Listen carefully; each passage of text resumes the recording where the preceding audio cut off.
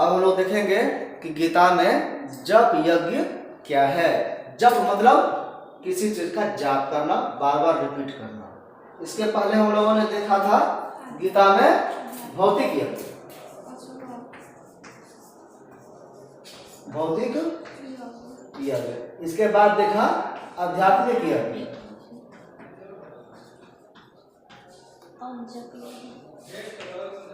ये कहाँ करते हैं? ये करते हैं अग्नि में, और ये करते हैं ब्रह्म के मुख में।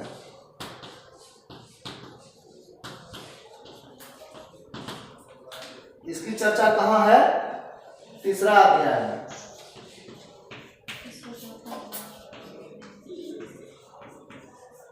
इसकी चर्चा कहाँ है? चौथा अध्याय में। ठीक है। अब इसमें श्रेष्ठ कौन है? ये ज्यादा श्रेष्ठ है, ये ज्यादा श्रेष्ठ है। अब हम लोग देखते हैं कि जप यज्ञ क्या है। इसमें कुछ दिन का है, हिंसा भी है, खर्चीला है, कुछ लोगों के लिए है, ये सबके लिए है। इस संयम को, इंद्रियों को संयम करके हम इसको कर सकते हैं। जप यज्ञ में देखते हैं क्या है। गीता कर्म, ज्ञान और भक्ति के समुच्चय के लिए प्रसिद्ध है। यानी गीता में ज्ञान मार्ग, कर्म मार्ग, भक्ति मार्ग, तीनों मार्ग को मिला करके क्या करना चाहिए उसके बारे में बताया गया। समुच्चय क्या गया, इसका साथ रखा गया है। यज्ञ के प्रसंग में भी हमने देखा यहाँ पे कि कर्म और ज्ञान के संदर्भ में विचार देखे। अब देखिए ये एक तरह से कर्म कर रहे हैं, भौतिक कर्म। ये ज्ञान से, चूंकि संयम से ज्ञान प्राप्त कर रहे हैं, ये ज्ञान मार्ग को आगे बढ़ाए। ठीक है। लेकिन उल्लेखनीय इसके आगे भी है कि गीता के कुछ श्लोक ऐसे भी हैं जो भक्ति मार्ग को बताते हैं। ये जो दूसरा तीसरा भाग बच गया, भक्ति मार्ग, कर्म, ज्ञान और भक्ति, तीनों मार्ग को बता रहा है गीता। तो वो जप यज्ञ बताता है, भक्ति करना। 10वें अध्याय में इसकी चर्चा है जप यज्ञ, यानी कि ईश्वर के नाम का जाप करना जो और भी श्रेष्ठ है। कुछ नहीं आता है तो जाप करना है। कितना है? 10वें अध्याय। ये और श्रेष्ठ हो गया। कौन सा हो गया? जप यज्ञ।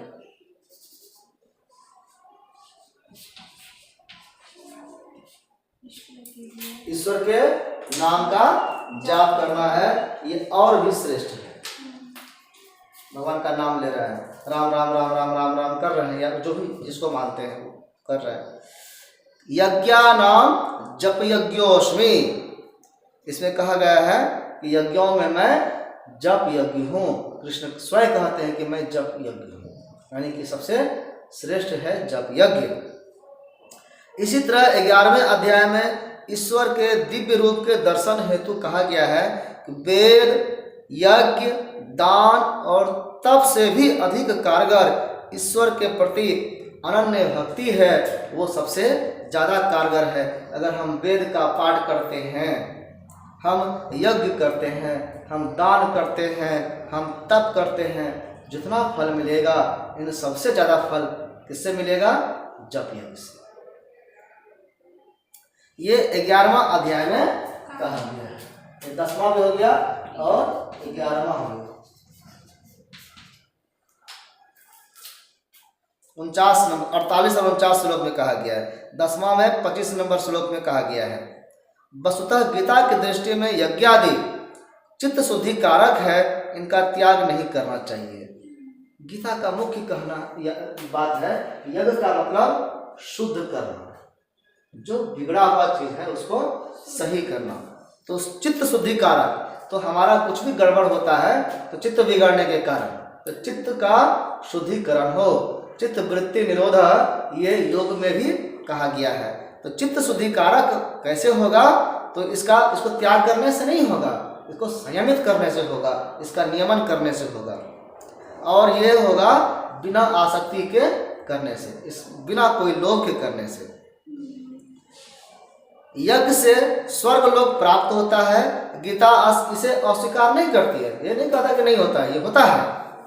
9वें अध्याय में कृष्ण कहते हैं कि वैदिक विधान से यज्ञ करने वाले स्वर्ग लोक को प्राप्त कर दिव्य भोगों का उपभोग करते हैं, किंतु उनकी निसारता भी अगले ही श्लोक में वो दिखाते हैं। ते तमम भुक्त्वा स्वर्ग लोके विशालम क्षीणे पुण्य मर्त लोके विसंति, यानी कि भौतिक यज्ञ करने से जो फल मिला उस फल को भोगने के लिए स्वर्ग गया, स्वर्ग का सुख भोगा, लेकिन जैसे पुण्य खत्म हो गया फिर वो मृत्यु लोक में आ जाता है। अर्थात वे विशाल स्वर्ग लोक को भोग कर जैसे पुण्य समाप्त होता है पुनः मृत्यु लोक को प्राप्त करते हैं। ये 9वां अध्याय में 20वां और 21वां श्लोक में कहा गया है। यानी कि ये यज्ञ इसीलिए श्रेष्ठ नहीं है, इससे लाभ मिलता है, ये गीता स्वीकार कर रहा है, लेकिन इसका लाभ क्षणिक होता है, वो परमानेंट नहीं होगा। इससे स्पष्ट है कि गीता की दृष्टि में ईश्वर को अर्पित करते हुए निष्काम भाव से जो कर्तव्य कर्म करते हैं वही सर्वश्रेष्ठ है। और जब यज्ञ ईश्वर का नाम जाप करना सबसे सर्वश्रेष्ठ। लेकिन जैसे ईश्वर का नाम जाप करेंगे हमेशा, मतलब कि मुंह पे ईश्वर का नाम रहेगा तो बुरा कर्म भी नहीं करेंगे, सब कुछ ईश्वर के नाम से करेंगे। तो यही इसी कारण से यहाँ पर कहा गया कि हम अपने लिए कुछ नहीं करते हैं और वही निष्काम कर्म है। मैं निष्काम कर्म नहीं है कि बिना कामना का आप कोई कर्म कर रहे हैं तो वो फलदायी होगा, मोक्ष कारक होगा। तो हम लोगों ने देखा कि गीता में जो यज्ञ बताया गया है वो 3 यज्ञ है, तीनों में सबसे लो क्वालिटी का ये भौतिक यज्ञ है, आध्यात्मिक यज्ञ थोड़ा उससे बेहतर है, और जप यज्ञ सबसे ज़्यादा सभी लोगों के लिए सर्वसुलभ है और आसान है और ज़्यादा श्रेष्ठ भी है। इसके बाद इस चैप्टर में हम लोग अंतिम में देखेंगे महाभारत में यज्ञ का क्या कॉन्सेप्ट है।